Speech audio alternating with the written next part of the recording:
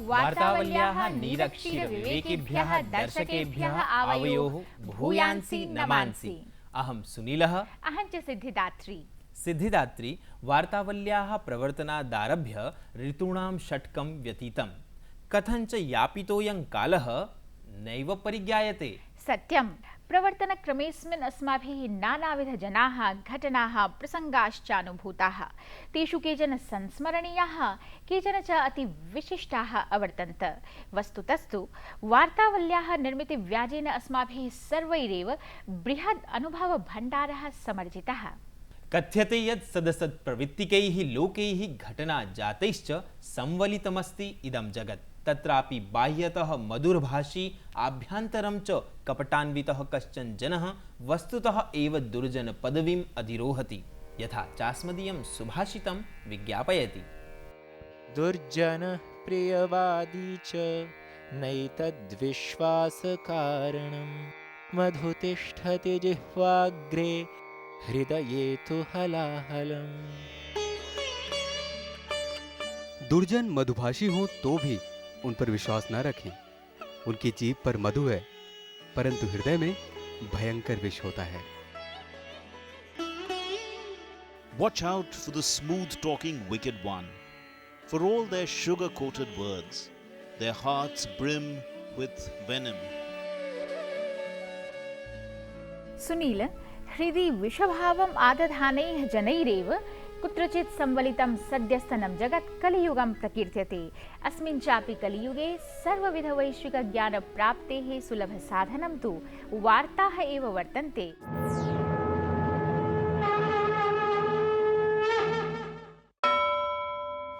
Bharatiya Janata party दलस्य राष्ट्रीय कार्यकारिण्याः द्विदिवसीयम् उपवेशनम् इलाहाबादे अनुष्ठितम्।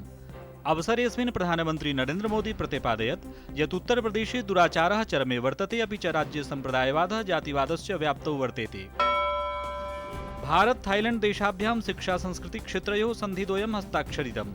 नवदिल्ल्यां प्रधानमन्त्रिणः नरेन्द्र मोदिनः थाईलैंड प्रधानमन्त्रिणः प्रयुत् चान् ओ चा वर्यस्य च मध्ये द्विपक्षीयं सम्भाषणं सञ्जातम्।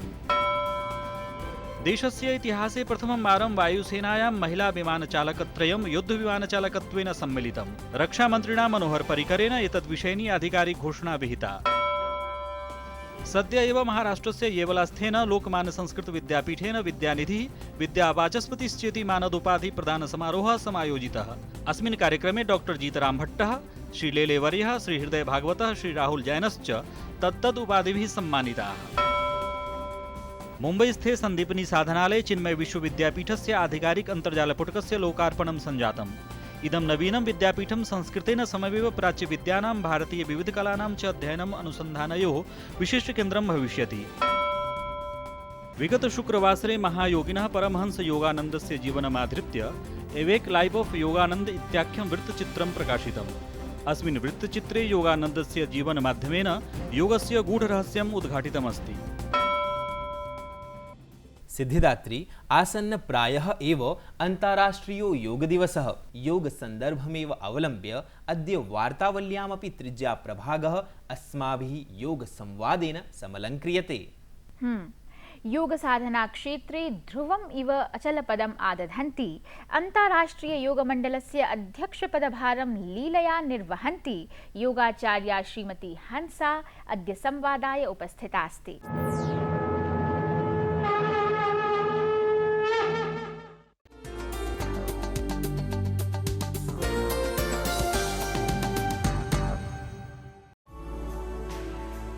श्रीमती हंसा जयदेव योगेन्द्रः विगत दशाब्दचतुष्कात् योगाभियाने शिक्षक-प्रशिक्षकस्तरेषु योगविषयकपुस्तकानां लेखने च अग्रेगण्या परिगण्यते। साम्प्रतं तु सा मुम्बय्याः शताब्दप्राचीनायां योगसंस्थायां निदेशकपदं विभूषयति। 80तमे दशके प्रसारिता दूरदर्शनस्य योगा फॉर बेटर लिविंग इत्येषा योगविषयिणी शृङ्खला महतीं लोकप्रियताम् अध्यगच्छत्। सद्यः काले तु हंसावर्या अन्ताराष्ट्रिय योगमण्डलस्य अध्यक्षपदभारं निभालयति। नमस्कार, वार्तावली में आपका स्वागत है। नमस्कार हंसा जी, सबसे पहले हम आपसे जानना चाहेंगे कि योग के प्रति आपका रुझान कैसे हुआ? देखिए, मेरे जो पिताजी थे वो उन्हें योग में बड़ा इंटरेस्ट था। अच्छा। 1949 में मेरे पिताजी यहाँ सीखने आए योग, और सीखने के बाद परिवार में मुझे और मेरे तीनों भाइयों को स्ट्रिक्टली आसन कराते थे, प्राणायाम कराते थे, मेडिटेशन में बिठाते थे, आंख बंद करके बैठना। ये सब हमने बचपन से शुरू किया। बाद में पर सब पढ़ाई वढ़ाई सब ख़त्म करके मैंने साइंस में और लॉ में ग्रेजुएशन किया, और उस दौरान मुझे थोड़ी सर्दी, खांसी, कफ, एस्थमा, वो सब शिकायतें होने लगी। तो पिताजी फिर यहाँ इस इंस्टीट्यूट में लेके आए वापस। बीच में बिल्कुल कनेक्शन बंद हो गया था, और फिर आए और फिर मैंने वापस योग सीखा। अच्छा। पूरा टीचर्स ट्रेनिंग कोर्स किया, और ये सब चीज़ें तो ठीक हो ही गई, मगर तभी मैंने नक्की किया कि ये जो साइंस है वो संसार में लाया जाना चाहिए। जी, आपने गृहस्थों को केंद्र में रखकर कई योग शिविरों का आयोजन किया, और विशेषतः महिलाओं के लिए आपने कई योग शिविरों का आयोजन किया। तो ऐसे कौन से योगासन हैं जो महिलाओं के लिए सबसे ज़्यादा लाभकारी हैं? देखिए, अभी आसन बताने का तो यहाँ नहीं हो पाएगा, लेकिन ऐसे आसन है जो महिलाओं को रोज़मर्रा के जीवन में करने चाहिए। और वो ऐसे आसन है जैसे आप लेट गए, आप जैसे सवेरे उठे हैं। ये सिर्फ महिलाओं के लिए नहीं, मेरे ख्याल से हर एक के लिए ज़रूरी है कि आप जैसे सो के उठे हैं। अब उठते से सबसे पहला काम क्या करना चाहिए इंसान को? ईश्वर को याद करो और ज़रा लंबे लंबे सांस लो। 2-3 बार एक लंबे सांस ही ले लिए, ठीक है? वो याद रख के करें, और उसके बाद पूरे शरीर को खिंचाव दें। खींचे पूरे शरीर को, जैसे पैर नीचे की तरफ और हाथ ऊपर की तरफ, ऐसे पूरे शरीर को खिंचाव दें। उसके बाद पलाठी मार के थोड़ा लेट जाएं। पेट से थोड़ा सांस अंदर बाहर करते रहें, यानी सांस छोड़ें तो पेट अंदर जाता है, सांस लें तो पेट ऊपर आता है। वो हल्के से लेटे लेटे पलाठी मार के आप ये कर रहे हो। उसी तरह पैर को जैसे जोड़ दिया है, जैसे मैंने हाथ को जोड़ा है वैसे पैरों को जोड़ दिया, और उसी पोजीशन में फिर आप लेटे लेटे प्राणायाम का नंबर 4 कर रहे हो। तो इससे अंदर की आंतें अपने आप काम करने लगती है, अवयव एक्टिव हो जाते हैं। फिर सीधा सीधा लेटकर पैर को थोड़ा ऊपर किया, थोड़ी देर रुके, नीचे लाए, दूसरा पैर ऊपर किया, नीचे लाए, पैर को साइड में ले गए। ये सब करने से हमारे जो हिप्स हैं, हिप जॉइंट्स, लोअर एब्डोमेन, इन सबको काफ़ी स्ट्रेंथ मिल जाता है, और अंदर के अवयव अच्छी तरह काम करने लगते हैं। फिर इंसान उठे और 1 से 2 गिलास गर्म पानी पिए, और तब तक तो पेट काफ़ी क्लियर हो जाता है, और फिर लगता है कि अब पेट को खाली करना है। कभी भी कॉन्स्टिपेशन नहीं रहेगा, कभी एसिडिटी नहीं होगी, कभी जो डाइजेशन के सारे प्रॉब्लम है वो कभी नहीं होंगे। तो सवेरे तो ऐसी शुरुआत हो जाती है। फिर दांत, गला, ये सब क्लीन करने के बाद में सबसे पहला काम होगा चलना, वॉक करना। और अब शूज़ वूज़ पहन के गार्डन में जाना हर एक के लिए संभव नहीं होता, गृहस्थियों के लिए तो बिल्कुल नहीं होता। तो फिर वही होता है कि घर में ही एक रूम से एक कॉर्नर से दूसरे कॉर्नर तक घूमो, और किचन में काम है तो चलो किचन में आपने दूध गर्म रखा है, ज़रा दूध को देखते हुए लंबे सांस ले लो, ज़रा स्ट्रेचिंग कर डालो। थोड़े आसन सीखने के लिए कोई न कोई केंद्र में जाकर सीखना तो ज़रूरी हो ही जाता है। एक थोड़े से आसन अगर सीख लिए तो पहले तो उसको जीवन में उतारना है, योग को जीवन में उतारना है। यानी वो सवेरे से रात तक कहीं न कहीं जहाँ जहाँ संभव हो कुछ न कुछ योग का करते रहना चाहिए। अलग से समय नहीं मिलने वाला है। हंसा जी, जैसे अभी अभी आपने कहा कि गृहस्थों को आजकल के जीवन में योग करने का समय ही नहीं मिलता, क्योंकि ज़िंदगी इतनी भागदौड़ भरी है। तो अगर हमारे पास कम समय है, जैसे 5 मिनट हैं, तो ऐसे कौन से आसन हैं जो हम इन्हीं 5 मिनटों में कर सकते हैं? देखिए, आसन का तो एक ही नियम है कि योगी कहते हैं कि हमारी जो रीढ़ की हड्डी है ना, उसको फ्लेक्सिबल रखो, लचीला रखो, और हमारा जो ये पेट है ना, उसको हमेशा नरम रखो, सॉफ्ट, और अंदर होना चाहिए। पेट कभी बाहर नहीं आना चाहिए, अंदर हो। तो आसन ये 2 एरिया पर ज़्यादा कंसंट्रेट करते हैं।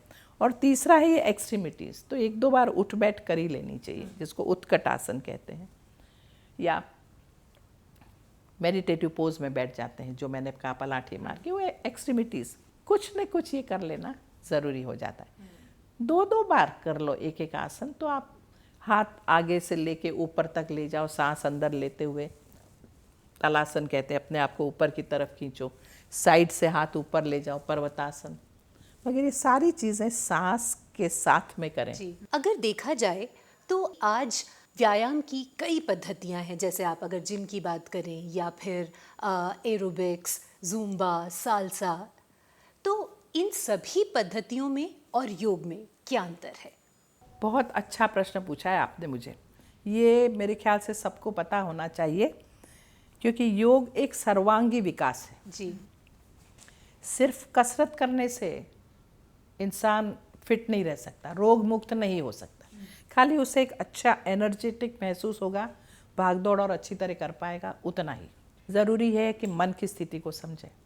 मन में अगर एक बार भी गुस्सा आया ना, या चिंता हुई या दुखी हुए या बुरा लगा, तो उसका सीधा असर शरीर पर पड़ता है। तो योग में ये फिलॉसफी का विषय आ गया कि कैसे सोचना चाहिए। योग सूत्र की भाषा में लिखा है। वो सूत्र यानी छोटी छोटी लाइन, कम से कम शब्दों में आपको जो कहना वो कहो। तो फिर वो सूत्र में, जैसे पहला ही चैप्टर है उसका ये सूत्र आता है, अथ योगानुशासनम योगश्चित्तवृत्ति निरोध तदा द्रष्टुः स्वरूपे अवस्थानम वृत्ति सारूप्यम इतरत्र। यानी फर्स्ट कि आप चित्त की वृत्ति का निरोध करो। क्यों निरोध कर रहे हो? जिससे आपको अपने अंदर का द्रष्टु आत्मा, उसकी अवस्था का ज्ञान हो, और ये वृत्तियों पर पूरा काबू। और वृत्तियाँ क्या है? अपने विचार हैं। तो ये सब फर्स्ट चैप्टर में आता है। दूसरे चैप्टर में आता है कि योग में साधन पाद, योग में क्या है। तो वहाँ ये सब बात आती है कि योग किन किन चीज़ों से बना है। तो फिर यम, नियम, आसन, प्राणायाम, प्रत्याहार, धारणा, ध्यान, समाधि, अष्टांगानि योगा। तो ये सारे 8 अंग मिलाकर और योग होता है। हंसा जी, आपसे बात करके आज हमें बहुत कुछ सीखने को मिला। हमारे यहाँ आकर हमसे बातचीत करने के लिए आपका बहुत बहुत धन्यवाद।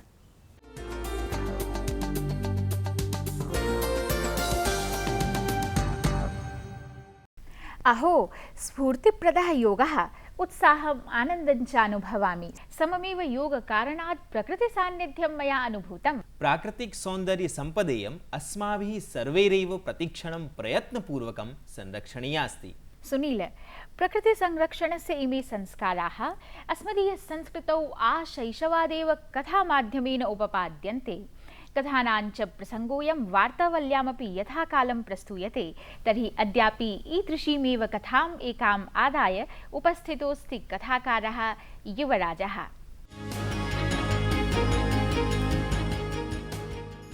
नमो नमः।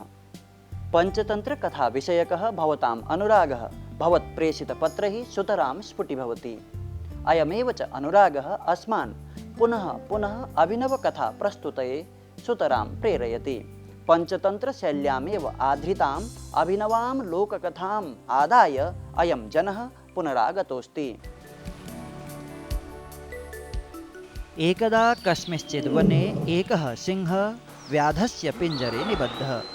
वनस्य एकोऽपि पशुः तस्य साहाय्यार्थं नागतः। शनैः शनैः समयः व्यतीतः। एकस्मिन् दिने एकः ब्राह्मणः ततः गच्छन् आसीत्। तदा सिंहः तस्मात् साहाय्यं याचितवान्। श्रीमन् कृपया एकस्मै क्षणाय तिष्ठ। अनवधानात् अहम् एकस्य व्याधस्य पिञ्जरे बद्धः। कृपया माम् अस्मात् पिञ्जरात् मुञ्चतु। त्वं किं चिन्तयसि यत् अहं तावान् मूर्खः अस्मि? यदा भवान् बहिः आगमिष्यसि तत्क्षणमेव मां खादिष्यसि। न श्रीमन्, अहं प्रतिज्ञां करोमि, अहं भवन्तं न खादिष्यामि। यदि भवान् मम साहाय्यं करिष्यति तर्हि अहं भवते एकम् अमूल्यं मणिं दास्यामि, यस्मात् भवान् स्वाभिलषितपदार्थान् ग्रहीतुं शक्ष्यति। ब्राह्मणः लोभयुक्तो जातः। सः सिंहं पिञ्जरात् विमोचितवान्। ततः सिंहः ब्राह्मणस्य समीपे आगत्य अवदत्। हे ब्राह्मण, किं त्वं स्वपुरस्कारं न ग्रहीष्यति? नहीं नहीं, अहं कमपि पुरस्कारं न इच्छामि। हे दुष्ट ब्राह्मण, मम वार्तां शृणु हि। दिनद्वयात् अहं किमपि न भक्षितवान्। त्वं किं विचारयसि यत् अहं तावान् मूर्खः अस्मि यः तव सदृशरुचिकरं भोजनं त्यक्ष्यति? हे वनराज, त्वम् अनुचितम् आचरसि। कमपि पृच्छ ते वदिष्यन्ति यत् तव इदं कृत्यम् अनुचितमेव। हि हि हि हि मारणं भोजनं च मम स्वभावः एव। कमपि पृच्छ, तव कृते एकहोरात्मकः कालः अस्ति। स्ववचनं सिद्धं कुरु। मम विचारेण सिंहः सत्यं वदति। जनाः स्वार्थिनः भवन्ति। इदानीं मामेव पश्य, अहं श्रान्तपथिकाय छायां ददामि, तथापि ते मम शाखाः त्रोटयन्ति। यदा जनाः स्वार्थिनः भवन्ति तदा सिंहः स्वार्थी कथं न स्यात्? अहमपि सिंहं समर्थयामि। सः असमीचीनः नास्ति। मामेव पश्यतु, अहं भ्रष्टपथिकान् तेषां गृहं सम्यक्तया प्रापयामि, परन्तु ते मय्येव थुक्कन्ति, मलेच्छं पातयन्ति। यदि तेषां कृत्यम् उचितं तदा सिंहस्यपि उचितमेव।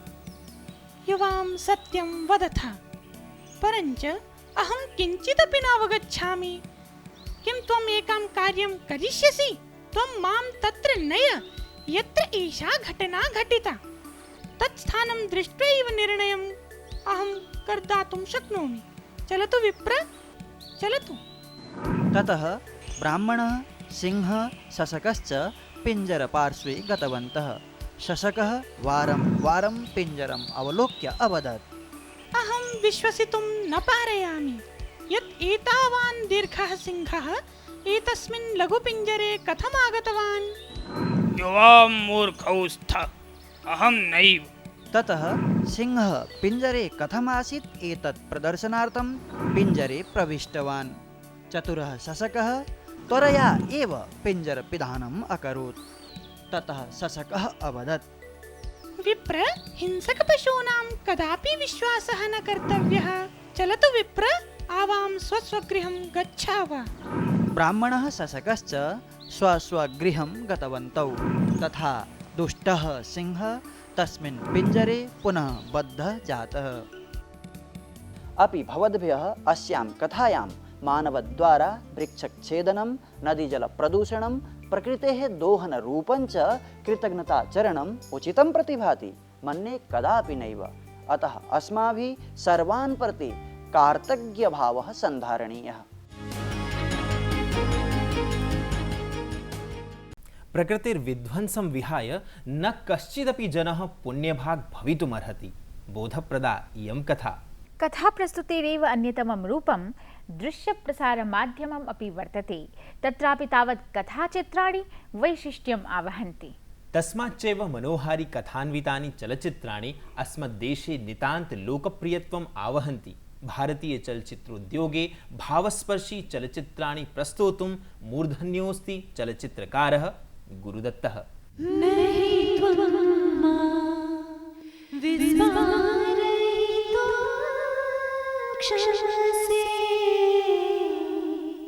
चौदहवीं का चांद हो या आफताब हो, जो भी हो तुम खुदा की कसम लाजवाब हो। गुरुदत्तः येन स्वीय चलचित्रेषु एव स्वजीवनं प्रतिबिम्बितम्। अथवा एवं कथनीयं यत् इमानि चलचित्राणि तस्यैव जीवनस्य दर्पणभूतानि आसन्। हम आपकी आँखों में इस दिल को बसा दें तो। प्रभात फिल्म्स इति संस्थायां नृत्य निर्देशक रूपेण स्वीयोपजीविकाम् आरभमाणः गुरुदत्तः प्यासा, कागज के फूल, साहिब, बीवी और गुलाम समानाम अप्रतिम चलचित्राणां प्रस्तोत्री रूपेण विश्वस्तरीय चलचित्र निर्मात्री रूपेण च प्रतिष्ठां भजते। मुझे शिकायत है समाज के उस ढांचे से जो इंसान से उसकी इंसानियत छीन लेता है, मतलब के लिए अपने भाई को बेगाना बनाता है, दोस्त को दुश्मन बनाता है। मुझे शिकायत है उस तहजीब से, उस संस्कृति से जहां मुर्दों को पूजा जाता है और जिंदा इंसान को पैरों तले रौंदा जाता है। देवानंदेन सह गुरुदत्तस्य संघर्षकालतः एव सख्यम् आसीत्। पुरातनं च एकम् अभिवचनम् अनुसृत्य देवानन्देन गुरुदत्ताय बाजी इति स्वीय चलचित्रे निर्देशनावसरः प्रदत्तः। तदनन्तरं यद् घटितं तत् सर्वम् इतिहासरूपताङ्गतम्।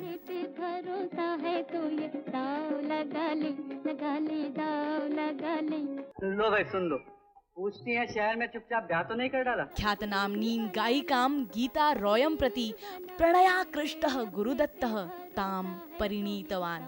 तथा प्रभृति च गीतायाः मधुरस्वरः तदीय चलचित्राणाम् अभिन्नाङ्गभूतः संवृत्तः।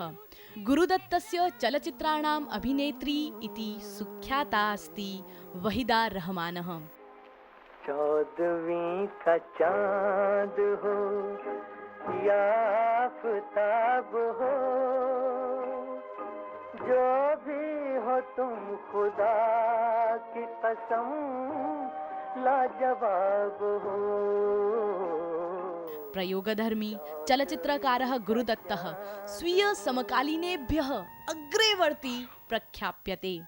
वी.के. मूर्ति कृतेन मनोहारी चलचित्राङ्कनेन साहिरस्य च भावप्रवण शब्दसज्जया अनुपम गीतालङ्कृतानि गुरुदत्तस्य चलचित्राणि तदीय जीवनवृत्तस्य एव गाथारूपाणि परिज्ञायन्ते।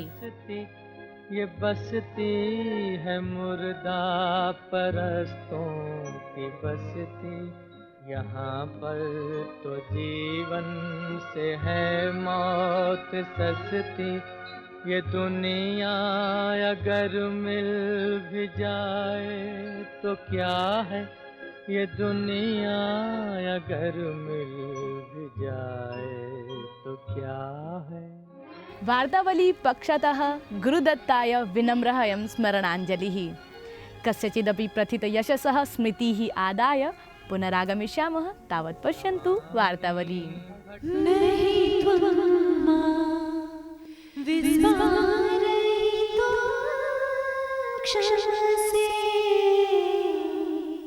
सिद्धिदात्री शृणु श्रावय। गुणाः पूजास्थानं गुणिषु न च लिङ्गं न च वयः। किमिदानीम् उत्तररामचरिते समुद्रता सूक्तिरेषा संस्मर्यते। बालानां गानमेकं स्मृतिपथम् आयाति। बालवयसि एव सुमधुरस्वरेण गीतमस्ति गीतमेकम्। जाने जाने, अस्मदीयं स्पर्धागीतं स्मारयसि। बालत्रयेण गीतमिदं गीतम्। अस्य च नादमाधुर्यं मामपि मदीयं बालसुलभ चाञ्चल्यं स्मारयति।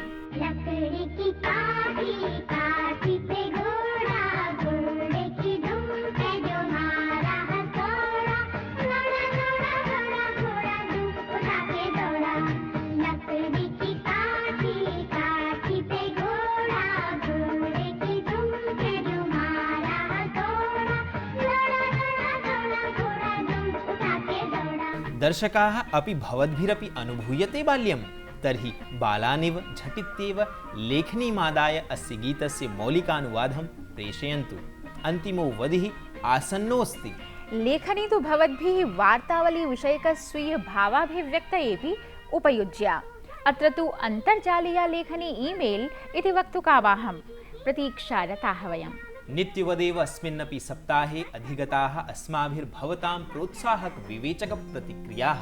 दिल्लीतः अस्मदीयो नियमितदर्शकः दिनेशचन्द्रः जोशी लिखति, संस्कृतस्य विकासप्रचारप्रसारार्थं डीडी न्यूज़ वाहिन्या विगतवर्षे जूनमासीये 28 दिने अभिनवः एकः प्रयासः आरब्धः। तथा कथितश्च आङ्ग्लहिन्दी सम्मिश्रणकारी आधुनिको भारतीयजनः पुनरपि संस्कृतं प्रति अभिमुखीकृतः। मधुसूदन रावः सूचयति यत् सुस्पष्टाभिव्यक्तिकरमेनं वार्तावली कार्यक्रमं सुव्यवस्थितरीत्या प्रस्तोतुं सर्वोऽपि वार्तावलीवृन्दः अभिनन्दनार्हः। भव्येयमस्ति प्रस्तुतिः। वार्तावल्याः सर्वेऽपि अङ्काः यूट्यूब माध्यमे उपलभ्यन्ते भवद्भ्यः।